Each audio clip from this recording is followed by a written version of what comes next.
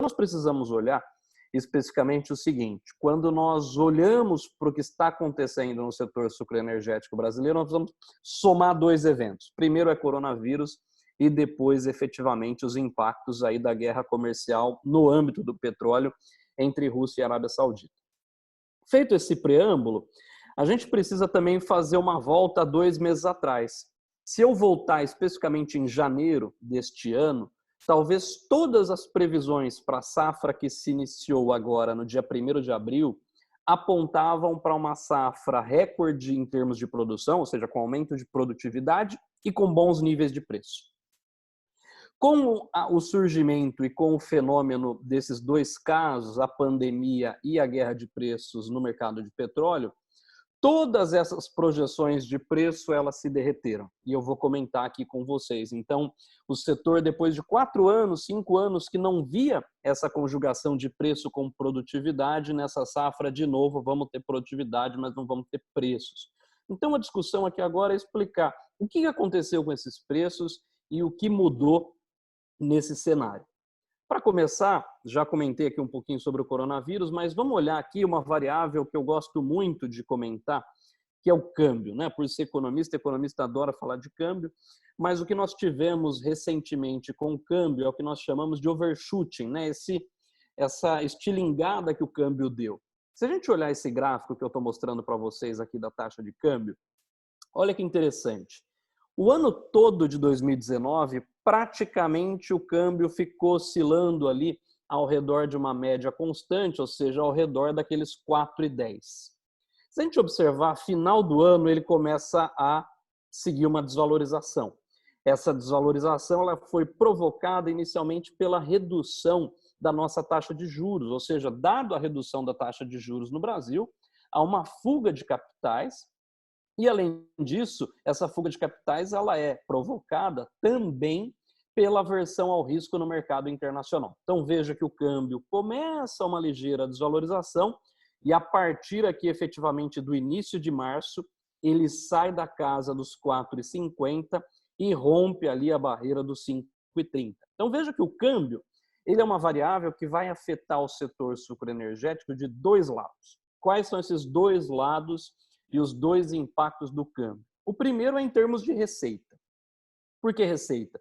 Mais de 80% da nossa produção de açúcar, especificamente açúcar VHP, açúcar bruto, é direcionado para a exportação. Ou seja, o Brasil ele é um exportador líquido no setor sucroenergético, e quando eu falo de uma desvalorização cambial, ela está aumentando a minha receita, ou seja, se eu estava vendendo um produto a 4,10 em 2019, eu estou recebendo quase que R$1 a mais de receita só em função da desvalorização cambial neste ano. Então, de um lado, o câmbio atua em termos de maior geração de receita para o setor, dado que é um setor aí cujo açúcar ele é predominantemente direcionado para exportação. Por outro lado, o câmbio ele atua em efeito negativo. Efeito negativo onde? Nos nossos custos. Quando nós olhamos para os custos, hoje a gente pode dizer o seguinte: para um aumento de 10% na taxa de câmbio, em média, o custo agrícola, ou seja, o custo de produção da matéria-prima, aumenta em média 2%.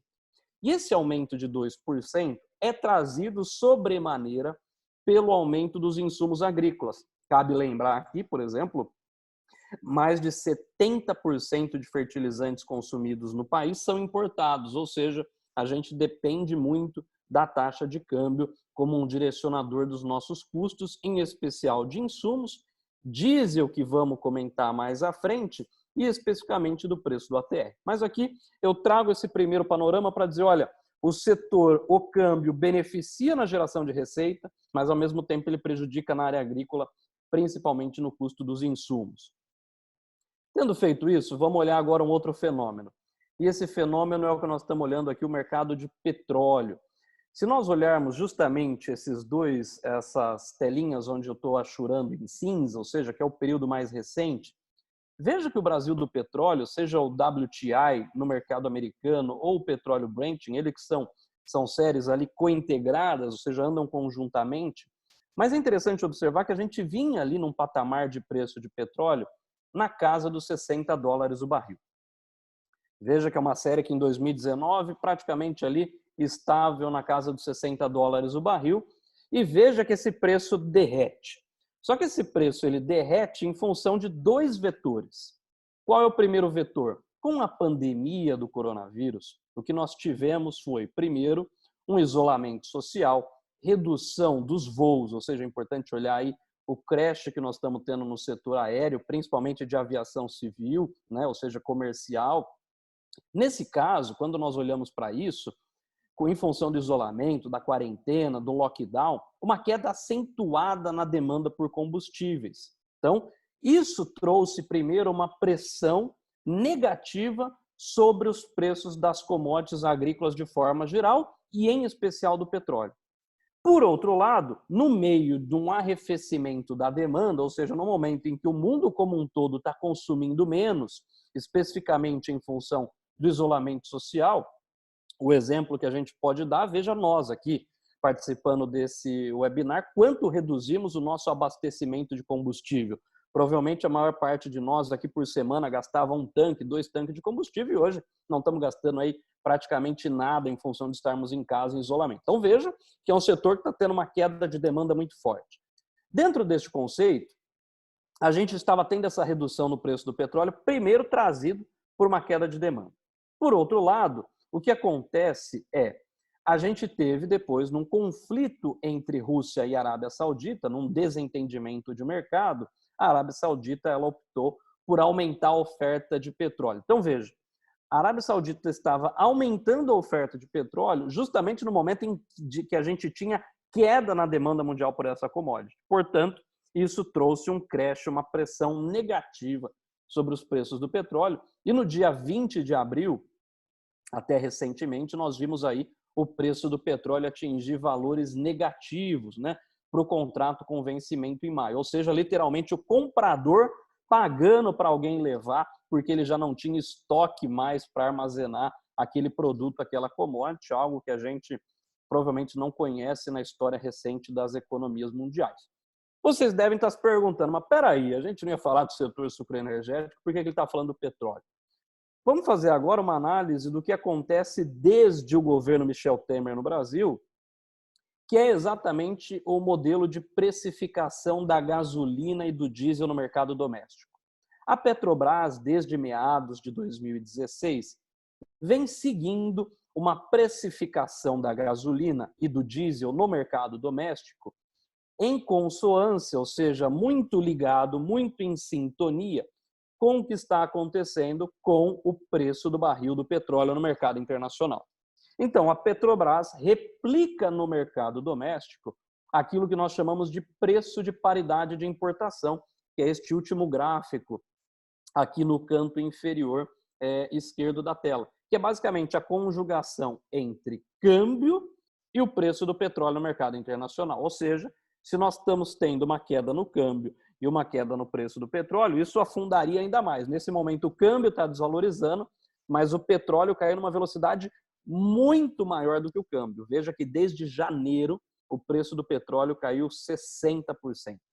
E aí, considerando esse cenário que a Petrobras mantém a política de precificação da gasolina e do diesel amparada nos preços desta commodity no mercado internacional, isso influencia na determinação do preço da gasolina, que é um substituto perfeito ao etanol. Quando eu digo substituto perfeito ao etanol, o consumidor, infelizmente, ele toma a sua decisão na bomba por preço. Ou seja, se nós olharmos para o nível de octanagem, para aquela relação dos 70%, o consumidor opta pelo combustível que está mais barato nessa relação. Então, veja, com os preços destruindo da gasolina em função da queda do petróleo no mercado internacional, isso está se refletindo no etanol, que é o que nós vamos comentar mais à frente. Então, olha que interessante. Desde janeiro de 2020, até aqui a última atualização que fiz, no dia 21 de abril, o preço na refinaria, ou seja, a Petrobras reduziu em 50,5% o preço da gasolina na refinaria. O que a gente já sabe é que essa redução de 50,5% não chegou ainda integralmente na bomba. mas ela já começou a sentir essa queda do preço da gasolina na bomba. Trago até aqui do lado, no canto superior direito, essa queda muito forte do preço da gasolina neste período, com uma tendência ligeira de recuperação a partir de agosto, setembro, em função justamente da recuperação do mercado. Então, veja, o que aconteceu foi esse efeito de redução do preço da gasolina, dado o que aconteceu no mercado internacional de petróleo, está tirando competitividade do etanol hidratado, principalmente o hidratado que é utilizado nos nossos carros flex. Se nós olharmos esse ano, então, nós estamos tendo uma previsão de que as usinas vão reduzir drasticamente a sua produção de etanol. A gente estima aí uma queda de cerca de 25% de queda na produção de etanol esse ano, comparativamente à safra passada. Então, é importante olhar que o coronavírus, somado com a questão do preço na guerra comercial de preço Rússia e Arábia Saudita, trouxe um impacto direto. O primeiro impacto foi a perda de competitividade do etanol no mercado doméstico frente à gasolina.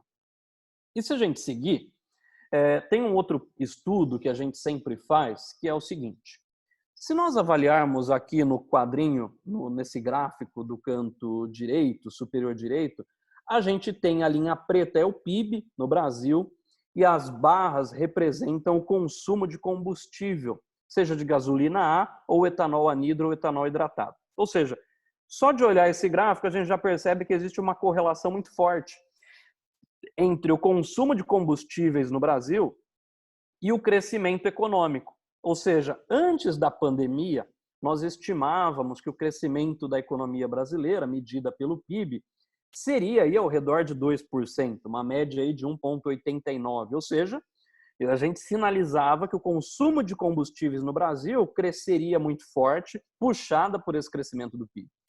No entanto, quando nós olhamos todas as projeções de crescimento do PIB pós-pandemia, a gente tem uma média aí ao redor de uma queda de 3,40. Ou seja, a gente já consegue dizer que o etanol ele vai ser afetado de duas formas. Por que duas formas? A primeira forma eu acabei de discutir com vocês, que é a questão de preço, ou seja, o etanol nesse momento está perdendo competitividade em relação ao preço da gasolina.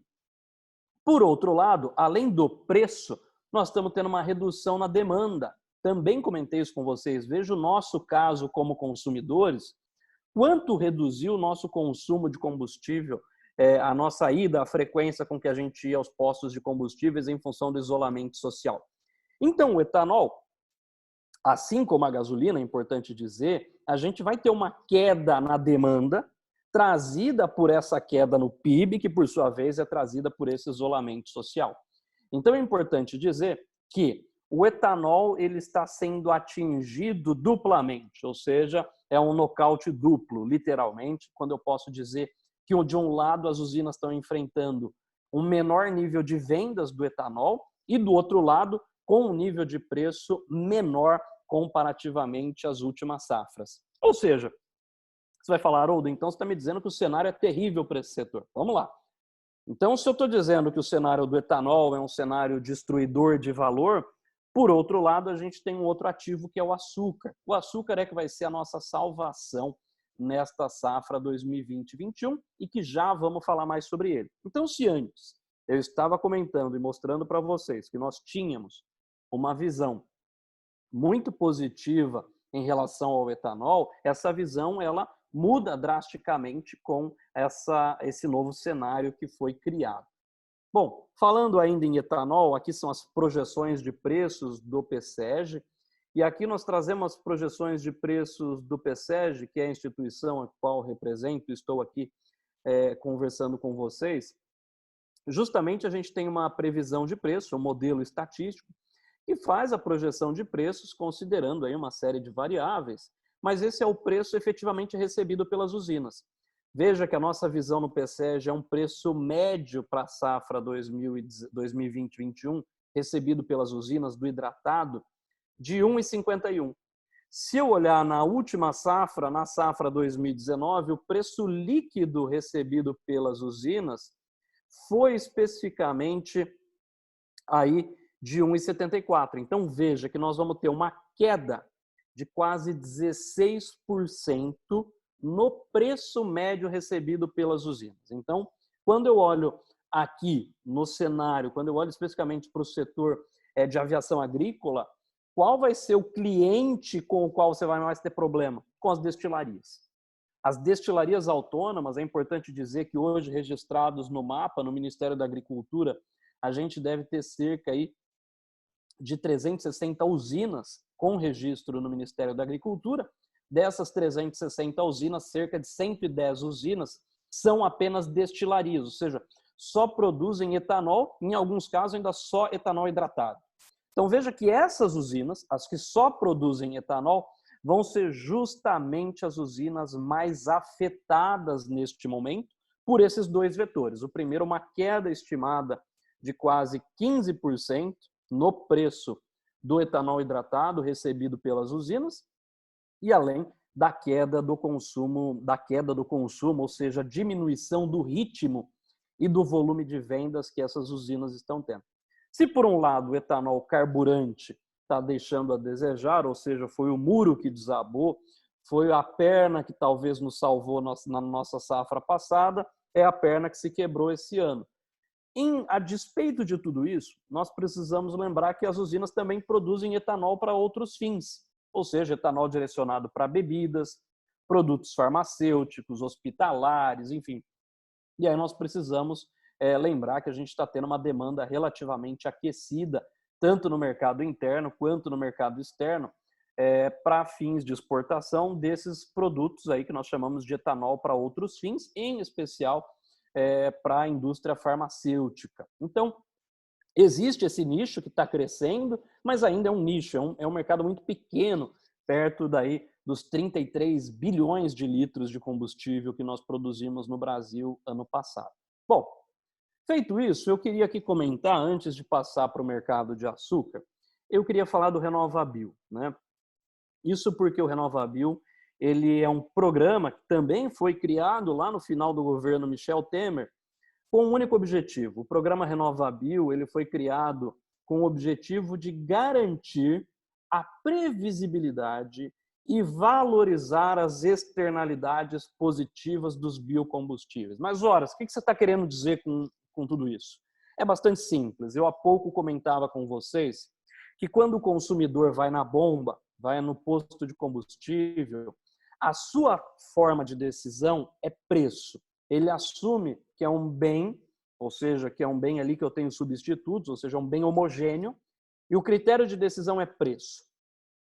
Nesse caso, quando o consumidor ele toma essa decisão pela gasolina em detrimento do etanol baseado em preço, ele ignora as externalidades positivas do etanol, ou seja, um combustível que emite menos gás de efeito estufa comparativamente à gasolina. Ou seja, o etanol ele tem uma externalidade positiva, tem um efeito positivo para toda a sociedade, que é uma menor emissão de gás de efeito estufa comparativamente à gasolina. E isso não é só o etanol, todos os biocombustíveis de forma geral.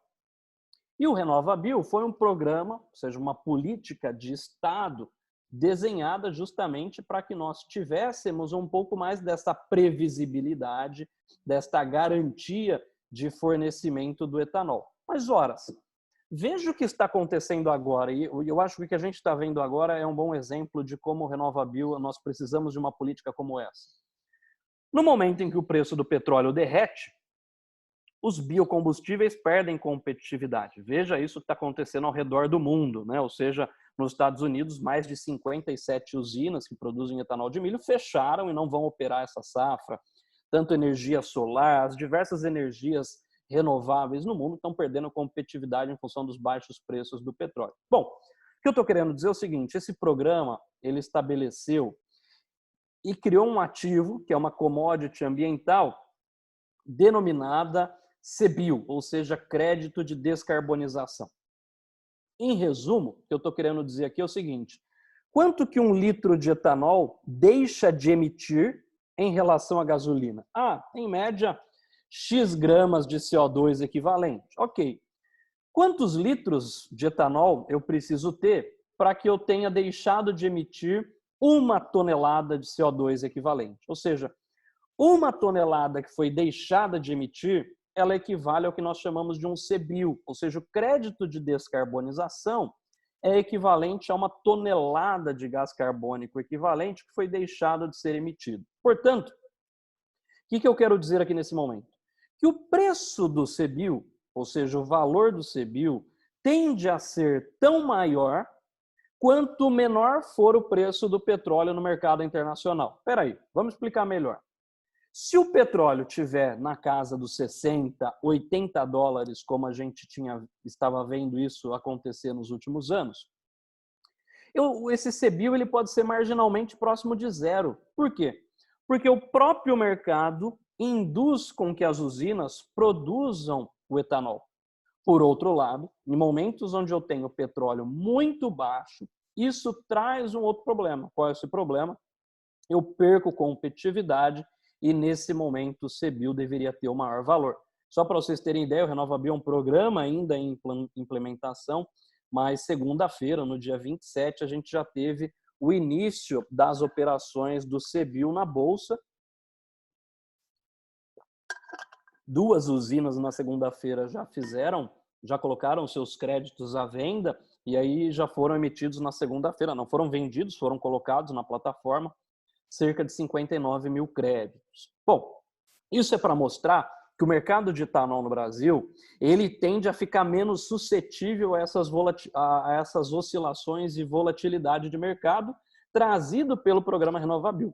Pena que o programa ainda não estava efetivamente implementado em função desse choque negativo no setor. Caso contrário, ele funcionaria como uma mola, como um amortecedor para evitar essa destruição do mercado do etanol, como nós estamos vendo agora. Então, eu acho que o recado é dizer, olha, o Brasil criou um programa com vistas a reduzir essa volatilidade no mercado de etanol e principalmente para que a gente possa cumprir as nossas metas no Acordo de Paris. Portanto, acho que o recado aqui, e para eu passar para o mercado de açúcar, é dizer, olha, espero eu que 2020 esteja sendo o último ano de crise no mercado de etanol, que a partir dos próximos anos, todas as crises em relação ao mercado de petróleo que possam respingar sobre o etanol, que elas serão amortecidas, que elas serão arrefecidas por esse programa, mostrando que o setor tende a perder volatilidade em relação a este produto. Bom, agora vamos falar um pouquinho do açúcar, né? A cana é doce, mas ela também tem ali o seu sentimento amargo nessa safra que está sendo o etanol. O interessante do açúcar é o seguinte, se nós observarmos aqui também achurado em cinza, a gente tem a cotação do contrato número 11, é a cotação negociada na Bolsa de Nova York referente a essa commodity. Se nós observarmos, do final do ano até final ali de fevereiro, nós estávamos tendo uma valorização, saindo ali da casa dos 12, 13 centes de dólar por libra-peso e batendo 15 centes de dólar por libra-peso. Essa valorização da commodity era trazida principalmente em função de uma queda na produção da Índia e da Tailândia. Por outro lado, veja que se eu conjugo preço em dólar com a taxa de câmbio, eu tenho o quadro do canto inferior esquerdo, ou seja, o açúcar ele dá esse split. Veja que final de fevereiro ali, ele bate quase que R$ 1.600 por tonelada, enquanto o ano passado inteiro, a nossa média, veja que nesse gráfico 2019, 2018, nós ficamos aqui orbitando na casa dos R$ 1.000 a R$ 1.100 por tonelada do açúcar. E o que é interessante é que esse preço ele explode e vai lá na casa dos R$ 1.600 por tonelada. Portanto, antes do efeito coronavírus, muitas usinas aproveitaram esse split, aproveitaram essa valorização e bons preços do açúcar para redear, para travar o volume a ser vendido do açúcar, tanto fazendo o NDF com o câmbio, quanto fazendo a operação de hedge junto às tradings para a comercialização do açúcar. Portanto, qual a mensagem positiva? Muito antes deste efeito do coronavírus, as usinas já tinham feito travamento, já tinham feito a operação de trava e um hedge em relação ao açúcar. Portanto, O açúcar, a despeito do que eu vou falar mais à frente, o açúcar vai ser o ativo que vai trazer a remuneração para essa safra para as usinas. Portanto, o que vai acontecer no setor sucroenergético, se na safra passada nós batemos o nosso recorde em termos de produção do etanol, essa safra a gente tende a direcionar o máximo que for possível para a produção do açúcar. Veja aqui nesse gráfico ainda no canto inferior esquerdo que quando eu olho o preço do açúcar FOB, ou seja, o preço do açúcar no porto em real por tonelada, ele ainda está num nível de preço maior que a média do nível de preço da safra passada, mesmo depois que esse preço derreteu. Veja que ali, final de fevereiro, começo de março, esse preço que estava nos 1.500, ele começa a derreter e vem aqui chegando nos R$ 1.200 por tonelada. Ele começa a derreter por quê? Porque o mercado internacional assimilou duas coisas. Opa, com a pandemia, o consumo de açúcar tende a se reduzir, principalmente o açúcar consumido fora de casa, ou seja, aquele refrigerante que você tomava no restaurante, aqueles alimentos que você consumia processados e que utilizavam açúcar fora de casa. Então, se estima ainda uma queda da demanda por açúcar em função do isolamento social e, o segundo caso, o mercado vendo que o Brasil também vai fazer uma safra max sugar, ou seja, uma safra maximizando a produção de açúcar, mostrando que a gente tende a reduzir o déficit dessa commodity no mercado internacional. Por isso que esse preço ele vem caindo gradativamente no período mais recente. E aqui, para ficar claro, veja que o açúcar tem esses dois efeitos que eu acabei de comentar com vocês. Veja que até o dia 23 de fevereiro, nesse outro gráfico aqui no canto superior esquerdo, no dia 23 de fevereiro, até essa data, veja que o contrato futuro do açúcar ele vinha ligeiramente se valorizando, dos 13 batendo ali os 15 cents, e a partir do dia 23 ele começa a cair. Porque no dia 23 teve o início do lockout na Itália. E isso já trouxe a primeira mensagem para o mercado internacional de que haveria uma redução no consumo de açúcar. Para ajudar, no dia 9 de março, nós tivemos o início da crise do petróleo, especificamente do conflito ali com a Rússia e a Arábia Saudita. E aí veja que a inclinação da curva, a queda, ela se acentua ainda mais no açúcar. Porque aí o mercado internacional entendeu que o Brasil maximizaria a produção de açúcar em detrimento do etanol, aumentando a oferta dessa commodity, pressionando negativamente os preços desta commodity. Apesar, e volto a enfatizar, apesar dessa queda, se a gente olha para esse outro gráfico, veja que os atuais níveis do preço do açúcar, quando eu conjugo uma taxa de câmbio de 5,30, 5,40 com esse preço, mesmo na casa dos 10 cents de dólar por libra-peso, eu ainda tenho uma remuneração em real melhor do que a média da última safra e melhor do que o atual preço vigente do etanol em relação à gasolina. Tendo feito isso, ou seja, ficou claro para vocês nessa primeira parte o seguinte ponto: o etanol perdendo competitividade, as usinas brasileiras, em grande medida, fizeram ali sim bons modelos de fixação do açúcar, ou seja, não é uma safra de todo ruim para o setor, seria ruim sim se nós não tivéssemos conseguido fazer bons modelos e principalmente bons travamentos do açúcar no mercado internacional. Por outro lado, na cadeia de cana-de-açúcar nós temos uma jabuticaba, e essa jabuticaba se chama consecana, ou seja, diferentemente do mercado da soja ou de outras commodities, na cana o produtor rural ele recebe um percentual dos preços efetivamente recebidos pelas usinas com açúcar e etanol, ou seja, é como se você tivesse um sócio que recebe uma parcela dos seus produtos finais. E o que é interessante, quando a gente olha para esse modelo que determina o preço do ATR, ou seja, o preço da quantidade de açúcar contido na cana e que vai ser pago ao produtor rural, lá em janeiro, quando a gente estimava esse preço, já janeiro desse ano, estimando o preço que o fornecedor vai receber de fechamento da safra, lá em março de 21, ele apontava aqui para 0,71.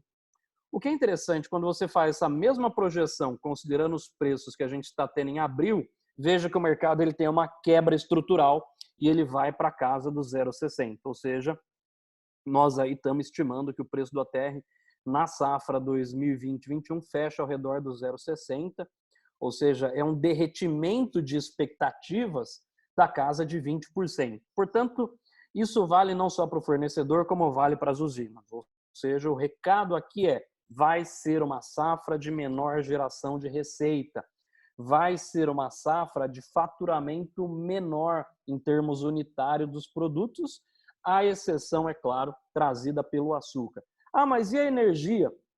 A energia, vejo que nós estamos observando com os preços do mercado spot, daquilo que nós chamamos de PLD, preço de liquidação nas diferenças, da bioenergia, ou seja, aquilo que as usinas queimam, bagaço de cana que elas queimam nas caldeiras, esse preço da energia também despencou em função da queda do consumo de energia, seja para fins industriais, seja para fins de comércio. A energia, o consumo de energia no Brasil, mesmo que a gente esteja full time em casa, a maior demanda do lado de lá, principalmente na indústria, também se reduziu. E agora, para a gente fechar, vamos sintetizar um pouco do que eu comentei desses impactos para vocês. Antes até de continuar, é preciso lembrar que o Brasil, na última safra, agora fechando em março, nós produzimos 1,6 bilhões de litros de etanol de milho. Esse aumento tem sido constante e crescente. Se nós olharmos para a safra 18-19, na safra 18-19 a gente produziu aí ao redor de 790 milhões de litros. Veja que a gente mais do que dobrou a nossa produção de etanol de milho em uma safra. E todos os projetos de etanol de milho, principalmente no Centro-Oeste, estavam evoluindo muito bem. Tanto é que a expectativa é de que esse número aumentasse aí quase chegando a 10 bilhões de litros. É uma expectativa bastante robusta, mas isso se derreteu. Derreteu por quê?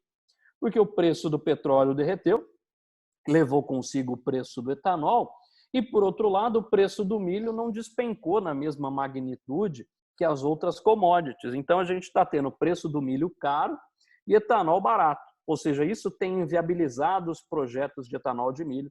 Por isso que a gente tende a ter uma percepção de redução ou arrefecimento desses projetos, ou seja, reduzir um pouco a euforia que a gente estava em relação aos projetos de etanol de milho no Brasil. Como mencionei com vocês, o mercado de etanol vai ser atingido duplamente, ou seja, uma redução na demanda e uma redução de preço, destruindo margens. Eu posso dizer, e é constatado e notório, que muitas usinas já estão vendendo etanol abaixo do custo caixa de produção, ou seja, implicando em margens econômicas negativas. Ou seja, se nós estamos olhando que muitas usinas estão apurando um preço de venda menor que o custo caixa, estão ficando na mesa duas estratégias. Quais são essas estratégias? Carregar o máximo possível de estoque de etanol, ou seja, tancar, fazer a maior tancagem possível, estocar o máximo possível para vender no momento em que aquela curva de preço começar a se recuperar. Essa é a primeira estratégia. Para aquelas que não dispõem de capacidade de tancagem, a estratégia parece que já está dada, ou seja, é estocar o ativo biológico, ou seja, é estocar a cana. A gente sabe que às vezes é um tiro no pé, o setor já fez muito dessa estratégia lá atrás. Nós sabemos que tem um problema de perda de produtividade, de ATR, mas enfim, muitas usinas a despeito vão preferir bisar cana, ou seja, deixar a cana em pé, estocar o ativo biológico. Por isso que é importante dizer que, em função do etanol, nós vamos ver essa estratégia. Usinas que vão fazer o maior carrego possível de etanol e aquelas que não tiverem essa capacidade vão estocar ativo biológico, vão bisar cana para moer essa cana só na próxima safra. Em relação ao açúcar, agora, mesmo que eu diga que é o produto, talvez, o salvador da pátria para essa safra, é importante dizer que nós temos dois riscos. Quais são esses dois riscos? A gente não sabe, aparentemente nós estamos tendo um afrouxamento agora, uma maior liberação do comércio mundial. Até o momento a gente não viu nenhuma restrição portuária, mas caso se observe qualquer restrição no embarque como medida para evitar a disseminação do coronavírus, isso pode atrapalhar o setor na exportação do açúcar. E do outro lado, a gente vai ter uma safra recordes de grão. Essa safra recorde do Centro-Oeste brasileiro em relação à produção de grãos, tanto de milho quanto de soja, vai causar aí um sério problema de excesso de fluxo de caminhões ou até mesmo um excesso de produto no porto para ser embarcado, o que pode atrasar embarque nos portos e, consequentemente, atrasar a velocidade dos embarques, gerando um atraso no recebimento e no fluxo de caixa das usinas. Então, é importante dizer que mesmo o açúcar sendo ainda o ativo de maior remuneração nessa safra, ele ainda tem alguns riscos associados para serem resolvidos.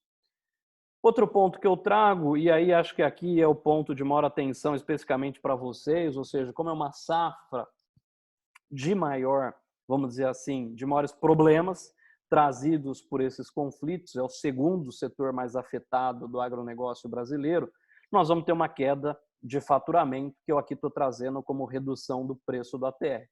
E queda de faturamento no agronegócio a gente conhece, ou seja, começam os famosos cortes de orçamento. E cortar orçamento, eu costumo brincar que nós já vimos isso. Cortar orçamento começa aí, corta aplicação aérea, corta aplicação de herbicida, corta investimento no canavial. E isso nós já discutimos o impacto que isso traz para a cana-de-açúcar. A cana-de-açúcar, ela é, assim como qualquer commodity, qualquer atividade agrícola, é muito sensível a 3 variáveis: solo, clima e manejo. Quando eu tiro o investimento, quando eu tiro o manejo adequado, isso vai comprometer produtividade. Então, o meu medo, que trago aqui, compartilho com vocês, é justamente esse, ou seja, muitas usinas, muitos produtores vão se ver numa safra com um fluxo de caixa mais apertado, numa situação financeira mais delicada, e alguns deles, para não dizer assim, uma grande maioria, vão tirar o pé justamente dos investimentos nos canaviais, sob pena de deterioração da produtividade, redução de ganhos nas próximas safras. Então veja que a gente vai resolver um problema de curto prazo, mas vamos estar criando um outro para a próxima safra com uma produtividade menor, e dado que a maior parte do nosso custo é fixo na área agrícola, eu vou estar comprometendo o meu custo de produção para a próxima safra. Tá? E para a gente caminhar para o fechamento, o setor sucroenergético está dentre aqueles que estão pleiteando o apoio do governo, principalmente para tentar reduzir um pouco desses impactos que comentei com vocês. E essas ações do governo hoje estão direcionadas especificamente em 3 pontos. O setor tem pedido a suspensão temporária do PIS e da COFINS que incide sobre o etanol hidratado, e pedindo um aumento da CID sobre a gasolina A. Um aumento hoje, a CID na gasolina A é de 10 centavos, o setor tem pleiteado que ela aumente para 50 centavos. Essas duas medidas estão tendo, nesse momento, um menor apego, né, uma menor probabilidade de saírem no âmbito do Ministério da Economia, enquanto a terceira pedida, que é a terceira possibilidade, tem a maior chance de sair, que é a criação de uma linha de financiamento para estocar etanol. Ou seja, o setor está pedindo aí uma linha para estocar cerca de 6 bilhões de litros de etanol e uma linha de crédito ao redor de 9 bilhões de reais. Ou seja, é importante lembrar que, quando eu falo carregar estoque, as usinas vão usar uma estratégia, ou bisacana ou carregar estoque, mas lembre-se que estoque é capital de giro parado.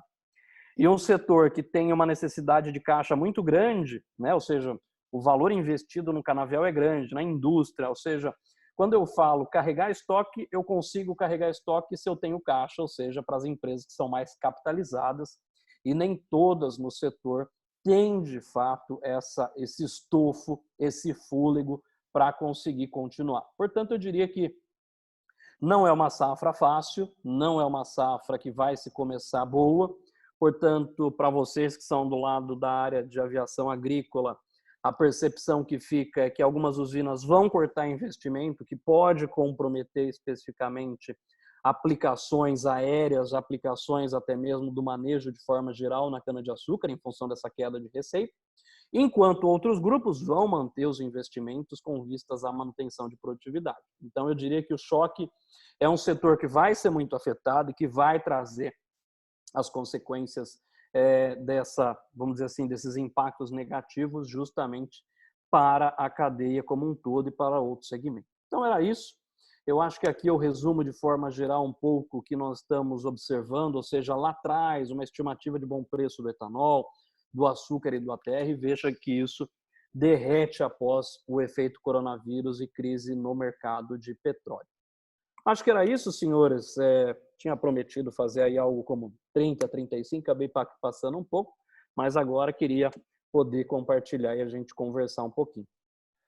Obrigado aí, doutor Haroldo. Realmente bastante informação, muito importante, né? Como a gente disse antes, o propósito aqui é que a gente tenha, que todos possam ter as informações corretas, adequadas, para que possam tomar as melhores decisões, né?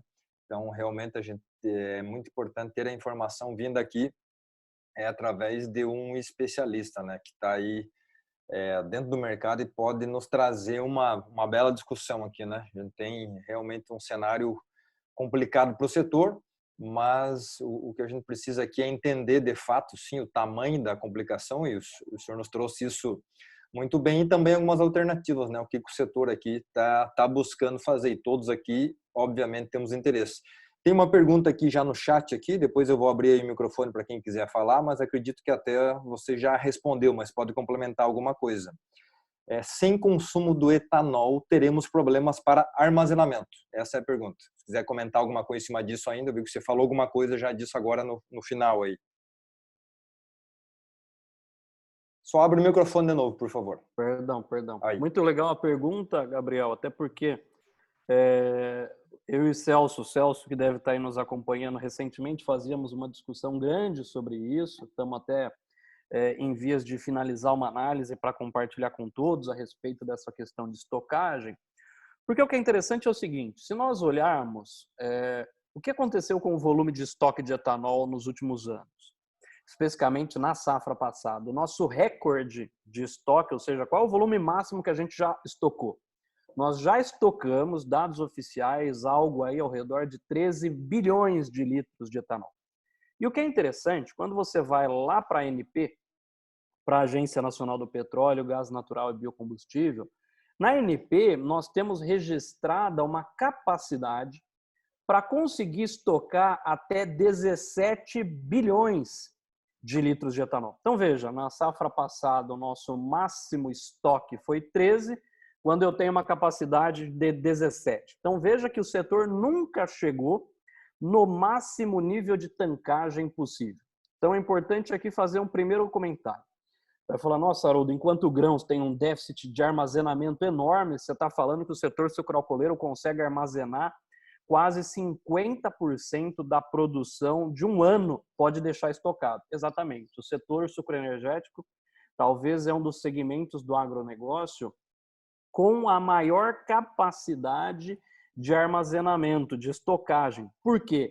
Porque lá no Proálcool, especificamente nos idos do nosso extinto IAA, Instituto do Açúcar e do Álcool, as usinas mais antigas tinham maior nível de tancagem por uma questão de lei, de cota de produção e até mesmo de armazenamento. Então, em função dessa característica, isso é até estranho, né? As usinas mais velhas, as usinas que são lá e que vieram do Proálcool, são as que têm maior capacidade de armazenamento, de tancagem, diferente das usinas mais novas que vieram no boom do setor lá depois dos anos 2000, são umas usinas que têm capacidade menor de armazenamento, embora sejam mais novas e com maior produção de etanol.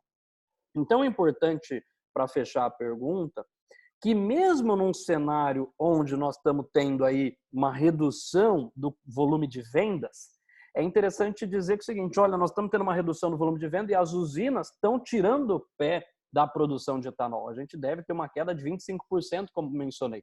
Então, somam-se dois vetores. O primeiro é o setor tirando o pé da produção de etanol, vai tirar do mercado aí quase que de 7 a 6 bilhões de litros de etanol, só dessa mudança de mercado, ao passo que eu ainda tenho uma capacidade que eu nunca atingi. Nós nunca batemos nos 17 bilhões de litros, que é se eu pegasse tudo e estocasse, que são os 17 que a gente tem disponível hoje. Então, eu diria que o problema do estoque, eu poderia dizer para você que ele não é um problema na média do setor, mas alguns grupos vão ter problemas. É claro que aqui eu estou olhando o número médio. Então, eu poderia dizer que é o seguinte, de forma generalizada, nós não vamos ter problema de estocagem. Por outro lado, alguns grupos têm uma capacidade limitada, sim, de estocagem E o que está acontecendo, já está acontecendo agora, grupos que têm pouca capacidade de estocagem, ou ele está tendo que pagar uma tarifa hoje mais alta para usinas que têm disponibilidade de estocar,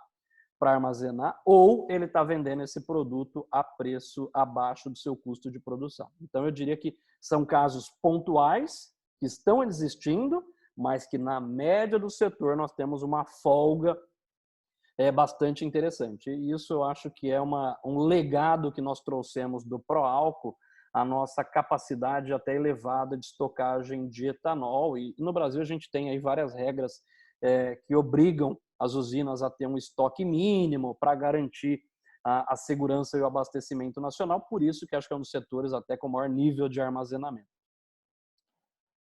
Obrigado, doutor.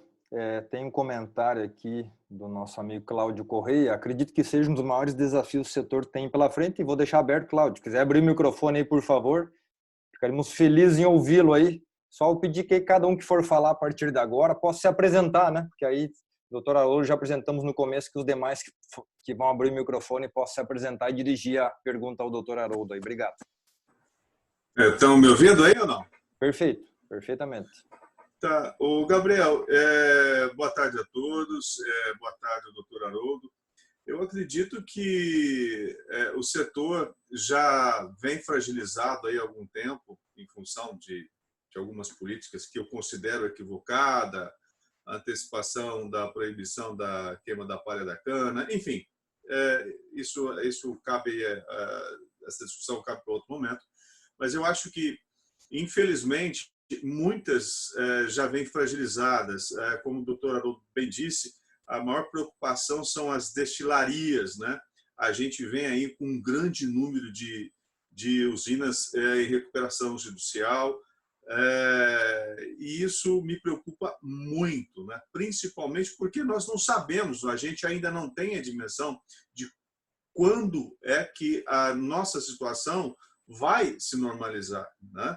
Então, a gente sabe das três maiores reivindicações feitas pelo setor, no caso do PIS/COFINS, né, eliminação do PIS/COFINS, o financiamento dessa estocagem, que precisa ser feito através de um grande consórcio, porque o custo é realmente extremamente alto, cerca de 9 bilhões de reais, e o aumento da CID de 10 para 50 centavos por litro da gasolina, que gera um pouquinho mais de desconforto, né, para o governo aí. Agora, qual é na visão do doutor, os maiores cuidados que o setor, na minha preocupação, que o setor da aviação agrícola tem que tomar diante de uma situação dessas, porque é um setor onde é uma atividade que trabalha praticamente com tudo em dólar, custos das aeronaves, manutenção, enfim, tudo isso, reposição, seguro. Na opinião do senhor, quais as maiores preocupações que eles devem tomar agora? Obrigado, Cláudio. Só pedir que o doutor Haroldo possa abrir o microfone e ficar à vontade para fazer seus comentários aí. Cláudio, obrigado pela pergunta. Antes até de responder em relação a esses cuidados, Cláudio, eu vou compartilhar aqui uma frase que nós temos muito no setor, que a gente chama de álcool in dead, né? Ou seja, o que é essa brincadeira? No setor, a gente hoje tem 100 usinas em recuperação judicial, atualmente. Ou seja, não só para o setor de aviação agrícola, mas para todos os fornecedores, prestadores de serviço ou credores. Qual é o maior medo dessas pessoas em relação a esse setor? É justamente o calote, ou seja, é a empresa entrar em recuperação judicial, se já não estiver, e você não recebeu os seus recursos que lhes são devidos em função da situação financeira dessas usinas. E o que é interessante no setor comentar é exatamente um aspecto do etanol. O etanol, ele é o ativo de maior liquidez, ou seja, eu vendi hoje, amanhã o dinheiro está em caixa. E isso permitiu que muitas usinas fragilizadas continuassem a operar e destruindo o mercado, ou seja, não tenho dinheiro, mas eu vou vendendo, vou comprando cana aqui no mercado spot, nem tenho fornecedor direito com contrato de longo prazo, vou comprando minha cana, não faço minha manutenção, vou vendendo etanol, fazendo caixa, vou fazendo minhas contas e vou sobrevivendo. O que eu vejo agora, com esse cenário, é um aprofundamento do que eu vou chamar de seleção natural. Ou seja, esse cenário que nós estamos criando com o etanol, ele vai, de fato, nesse ano, aprofundar ainda mais a situação de quem já estava numa situação delicada e sobrevivia pela liquidez trazida pelo etanol. Então, de um lado, eu diria que qual é o cuidado que o setor de aviação tem que ter? Ao mesmo tempo que vocês têm muito das suas despesas e dos seus custos dolarizados, que nesse momento está tendo um aumento de custo, por outro lado, muitas usinas têm a sua dívida dolarizada também. Por quê? Porque achavam que tinha um hedge natural em relação ao açúcar, mas a dívida ficou lá atrás e ele migrou uma parte da produção para etanol. O que eu estou querendo dizer? Que as usinas também, nesse momento, além de estar tendo queda de receita, alguns grupos estão vendo seu endividamento aumentar substancialmente. Portanto, o que eu diria aqui, qual é o maior cuidado? Fazer uma avaliação criteriosa de onde vocês vão efetivamente prestar serviços, porque vai ser um setor que vai ter esse ano ou nos próximos anos uma saída ainda de mais usinas. Saída, eu digo, usinas que vão à falência, como esse ano começamos com a decretação da falência da usina Tonon, no estado do Mato Grosso do Sul, e isso tende a se aprofundar. Então, o primeiro cuidado que eu diria é saibam que é um setor com um nível de risco elevado. Por outro lado, nós não podemos generalizar isso. Eu acho que, enquanto de um lado você vai ter um risco de crédito maior, do outro lado vocês vão enfrentar algumas usinas reduzindo o nível de aplicações, ou seja, vai ser um setor que pode trazer uma geração de receita para vocês menor. E um terceiro lado, que eu diria, que é o grupo que vai manter os seus investimentos, que são grupos saudáveis. Por quê? E é importante dizer que a safra passada foi a safra do recorde da produção de etanol, com bons preços de etanol. Então, na safra passada, usinas, vamos dizer assim, com uma situação mais saudável, fizeram um caixa muito bom. E está sendo o caixa que está lhes garantindo passar por esse período, como nós estamos vendo aqui agora. Então, eu acho que nós vamos ter 3 grupos no setor. O primeiro grupo é o grupo que vai entrar em falência ou em recuperação judicial. E esse é o grupo que vocês precisam tomar o máximo cuidado possível. O segundo grupo é o grupo que vai sentir essa pressão negativa trazida pelo preço e vai reduzir aplicações aéreas, vai reduzir investimento de forma geral, e isso pode comprometer a sua geração de caixa também. E o terceiro lado é o grupo que eu diria que simplesmente vai manter tudo o que sempre fez, por estar justamente bem capitalizado, mas não vai aumentar. Ele não vai aumentar custo num cenário de redução justamente de preço. Portanto, acho que a mensagem final para a pergunta do Cláudio Cláudio, eu acho que é o setor hoje que vai exigir um maior nível de cuidado. E o maior nível de cuidado desculpa a expressão, mas é quase que uma brincadeira entre a gente, é puxar a capivara, identificar muito bem a situação de onde vocês vão entrar, porque muitos vão pedir não só para que esse pagamento fique para 60, 90, se não para mais tempo, 6 meses, quando não até mesmo esse pagamento pode ter um sério risco aí de default. Eu acho que essa é a mensagem principal. É uma pena dizer isso de um setor tão importante e estratégico, mas que esse ano é um setor que vai andar de lado. Obrigado, doutor Haroldo. Por favor, vou ler mais uma. Obrigado, doutor. Tem 2 comentários aqui, depois a gente segue abrindo o microfone. Tem uma mensagem do Celso da Orplana, tá? Que ele lhe parabenizando pela apresentação e dizendo que ele está tendo que entrar agora num webinar sobre o RenovaBio, né? Que você acabou de tratar aqui, inclusive, né? Ele pediu desculpas, pediu licença, mas parabenizou pelo trabalho aí e se colocou à disposição também de todos. Tem uma pergunta aqui que vem do Vinícius Gomes Pinho, que diz o seguinte: como as empresas de aviação agrícola podem auxiliar o mercado sucroenergético nesse momento, no caso de uma diminuição das aplicações aéreas na cana-de-açúcar? Eu gostei dessa pergunta. Vinícius, eu acho que a sua pergunta assim, excelente, porque vai ser o momento deste ano e desta safra onde vai ser o momento para se construir parcerias, para se construir alianças estratégicas, para que nós não tenhamos apenas fornecedores ou prestadores de serviços pontuais, mas tenhamos parceiros estratégicos, quase que brincadeira, né, na saúde ou na doença. Eu acho que nesse momento, Vinícius, o que nós vamos enfrentar é uma renegociação de contratos e, às vezes, como é que você pode aumentar essa parceria? Talvez facilitando ainda mais o pagamento para um setor que vai estar fragilizado, ou jogando lá para frente, ou até mesmo se aproveitando aí de parcerias em relação a diversas outras ferramentas de contrato que a gente possa ter. Mas o que eu diria, Vinícius, eu acho que é o momento para aproveitar para construir uma relação duradoura. E construir uma relação duradoura em que você não esteja simplesmente preocupado em fazer uma ação essa safra, uma aplicação e acabou, mas fazer um planejamento contínuo de estar junto com essa empresa, de estar junto com essa usina, de estar junto com um produtor rural ao longo do tempo e talvez nesse momento você que vai precisar de mais capital de giro, jogando talvez o seu prazo de pagamento lá para frente, tentando dar um pouco mais de fôlego para essa usina, para que ela também não venha a reduzir ainda mais os investimentos ou até mesmo cancelar contrato. Então, o que eu diria, a minha visão nesse momento é duas saídas: construir relacionamento estratégico e duradouro e, segundo, se possível, jogar prazo médio de pagamento mais para frente, ser nesse momento de fato um parceiro.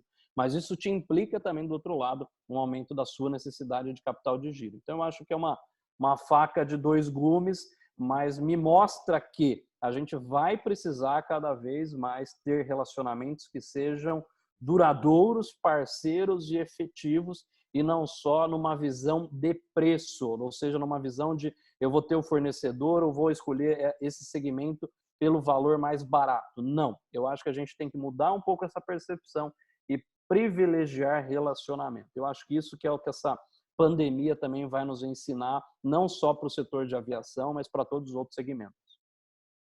Obrigado, doutor. Aí, só informar que ao longo da nossa palestra aqui, a gente teve 35 pessoas assistindo aqui, né, espalhadas pelo Brasil, e isso é muito legal, muito boa essa informação, essa interação aqui.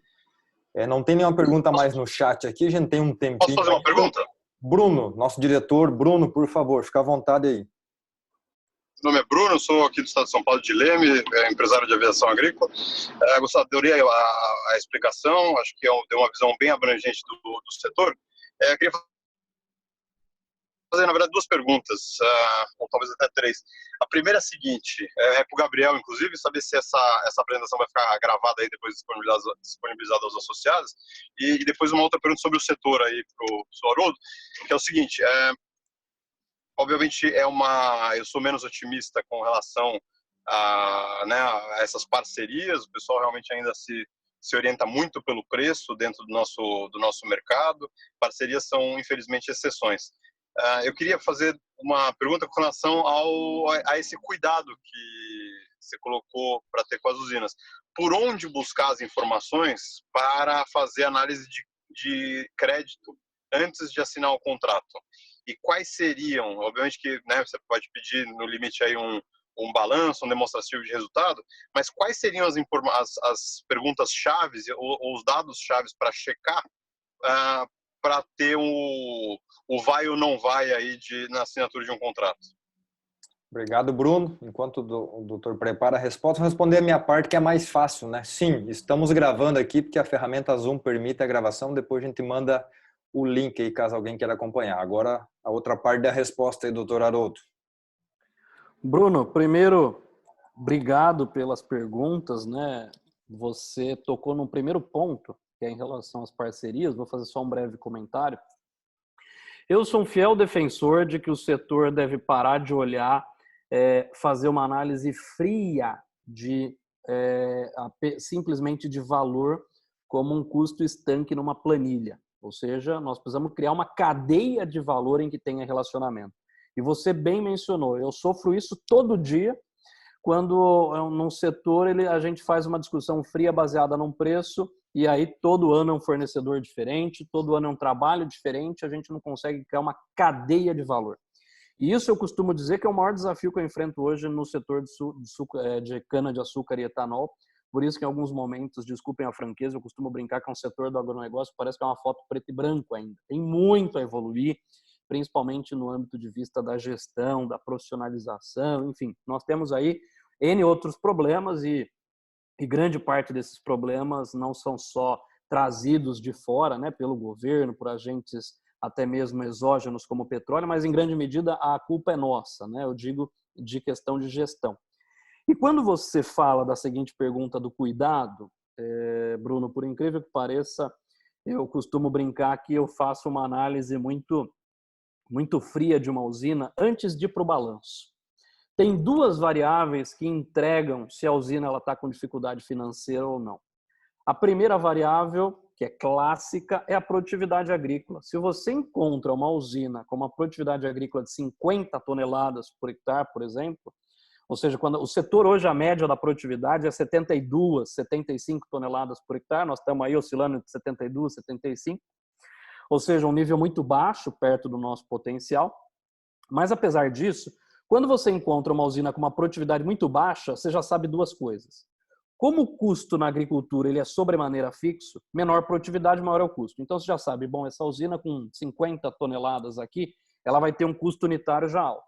Segundo passo, é a produtividade que me gera receita, ou seja, que vai converter em produto e receita. Ou seja, menor produtividade, também menor receita. Então, a produtividade ela atinge duplamente uma empresa. Ela aumenta o custo unitário de produção e destrói a geração de receita. Por isso que a primeira variável que eu começo a olhar, antes mesmo de entender qual é a estrutura de capital, endividamento, liquidez, é produtividade. Essa é a variável-chave. Saindo de produtividade, vem uma segunda variável, que eu chamo ela aqui de nível de utilização da capacidade instalada. O que eu estou querendo dizer com isso? Você tem uma usina que moe, tem capacidade para moer, por exemplo, 2 milhões de toneladas de cana. No Brasil, a gente deve ter aí uma ociosidade média de 20% a 30%, ou seja, eu posso moer 2 milhões, mas estou moendo 20% a 30% menos. Lembre-se que aquele ativo é fixo, está parado ali, eu tenho capacidade para moer 2 milhões de toneladas. E hoje tem usinas no Brasil que mesmo com capacidade de 2, o cara está moendo 1 milhão. Então veja que de um lado eu pego uma variável agrícola, aqui me dando o meu nível de produtividade, e do outro lado eu pego de utilização da indústria. Essas duas variáveis eu diria que são as primeiras que eu recomendo você descobrir ou analisar quando está olhando um parceiro, quando está olhando uma usina. Principalmente nível de utilização do ativo e o segundo em relação à produtividade. Além disso, uma dica que dou para vocês, isso é um dado público, você nem precisa pedir o balanço para uma usina hoje. A maior parte das usinas, se a gente está, no caso o seu aí, Bruno, que é de Leme, de São Paulo, as usinas do estado de São Paulo, elas publicam a maior parte das demonstrações financeiras no Diário Oficial do Estado. Então, se você entrar no site balanços.imprensasp, que é o site do Diário Oficial do Estado de São Paulo, você digita o nome, a usina Abengoa, aí perto de você, Bruno, então é Abengoa. Você encontra ali a última demonstração ou todas as demonstrações financeiras, e aí você já consegue ver nível de endividamento, liquidez, aí fazer uma análise financeira mais aprofundada, né? Mas eu costumo dizer que antes de ir para esse estágio, a variável-chave que responde para mim se o cara tem problema ou não é produtividade. E posso te dizer isso, se você olhar as empresas que estão em recuperação judicial hoje, todas, sem exceção, estão com um nível de produtividade abaixo da média do estado de São Paulo. Ou seja, você tem um nível de produtividade ali abaixo de 70. Veja que é algo assim que não faz o menor sentido, mostrando